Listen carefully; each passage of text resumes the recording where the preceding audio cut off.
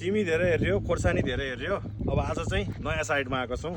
Welcome to the side of Lauka. Lauka पनि ठुलो हुन थालिसक्यो, चिचिला लाग्न थालिसक्यो। अब यसलाई तलै उमार्ने कि माथि लगेर उमार्ने हो त्यो चाहिँ सोच्नै पर्ने छ। हेरौँ के मुड चल्छ। सतिर थाको पनि हालिरहेको छौँ।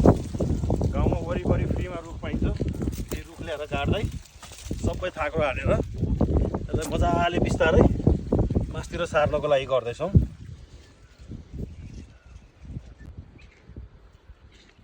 अब लहरा जाँदैछ, यहाँबाट बिस्तारै थाको लिँदै मासतिर गएपछि हुँदा हुँदा हुँदा हुँदा यहाँ माथि पुरै जाली नै बनाउँदैछौँ हामीले लौकाको। अलमोस्ट 600 भन्दा बढी चाहिँ बिरुवा नै छ लौकाको। भन्छ नि एग्रिकल्चर रमाइलो छैन भन्ने, धेरै रमाइलो छ।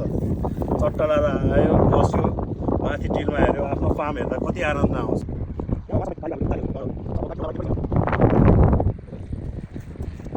हामीले खासै बिरुवालाई नै खान परिहाल्यो।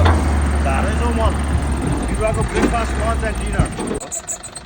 यति खान पाए चाहिँ बिरुवा मोटायो, हृष्टपुष्ट तन्दुरुस्त।